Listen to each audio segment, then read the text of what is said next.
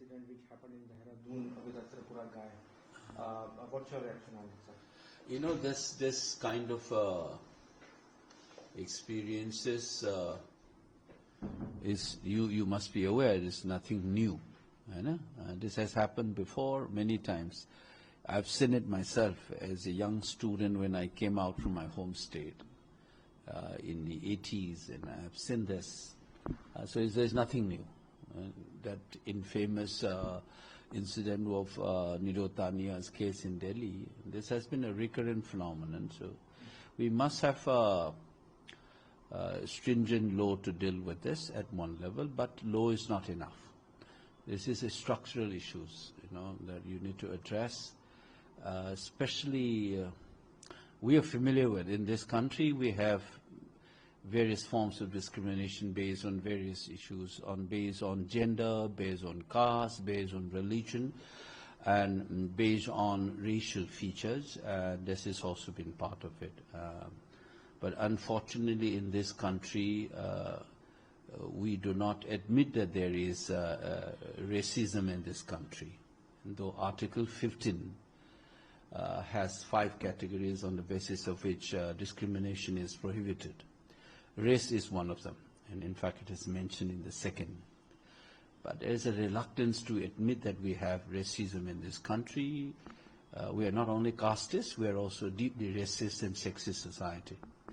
That we must accept. How the African students have gone through in this country, you are familiar with that. Northeast students have been going through it. So that's is the largest structural issues, and we need to have a more proactive political actions at various level. I think that is required. So you're talking about, he clearly says that there is no racial remark, no evidence found regarding this.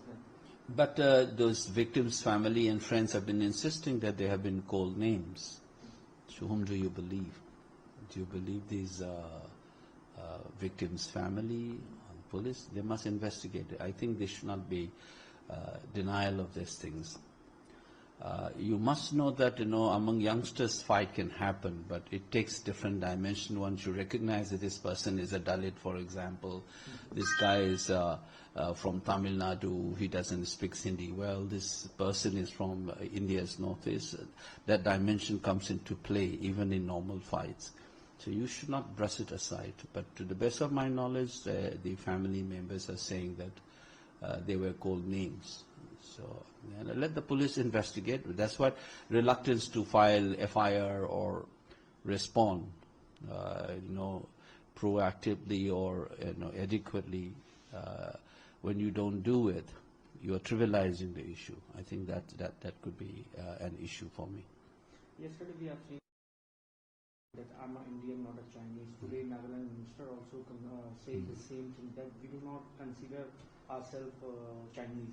So do you think Northeast people are now, where North Indian people are going, they every time they got teased by saying Chinese or Chinki, we have heard some kind of words, sir? That's what people call it, recognitions. I, for one, have stopped. I mean, I have been saying the West one insists that I am an Indian all the time. It's not required.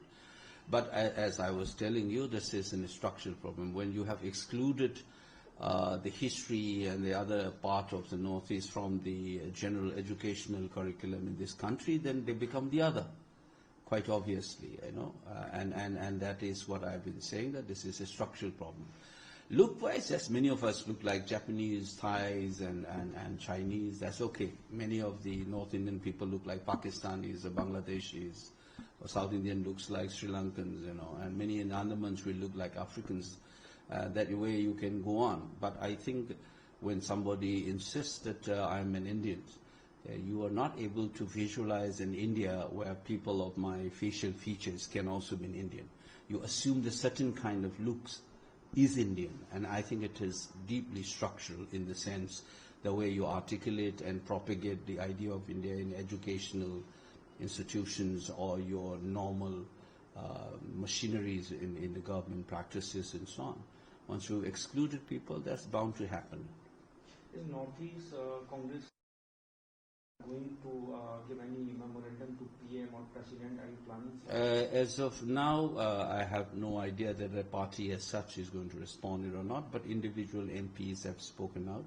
In fact, for the Northeast, it's across party lines. We have been saying this. I have heard people from other parties in the Northeast have been saying this.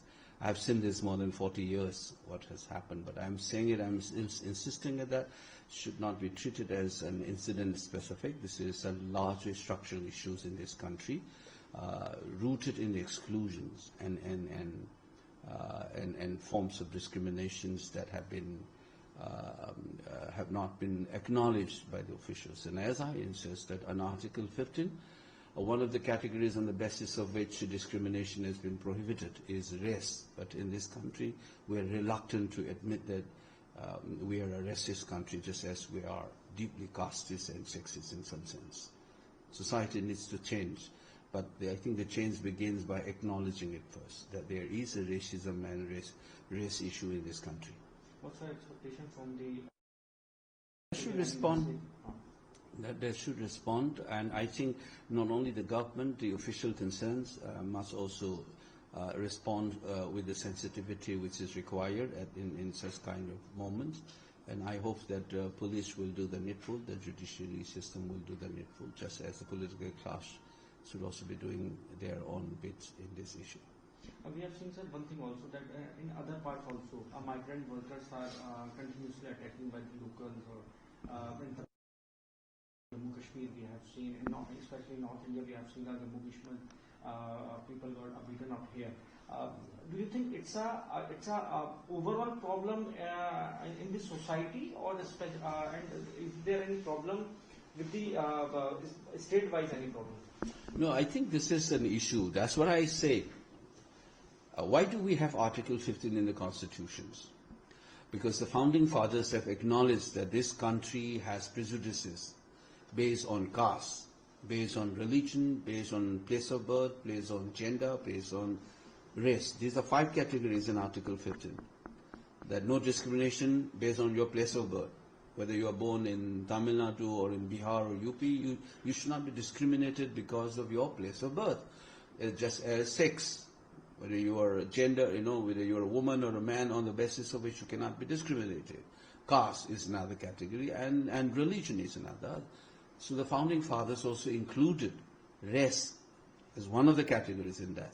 But the only difference is that people have faced these issues. Women have been discriminated, people have been discriminated based on place of birth. But we all acknowledge this. Why should you be doing this, you should not be doing that. But race is something that we are reluctant to admit. That's the difference.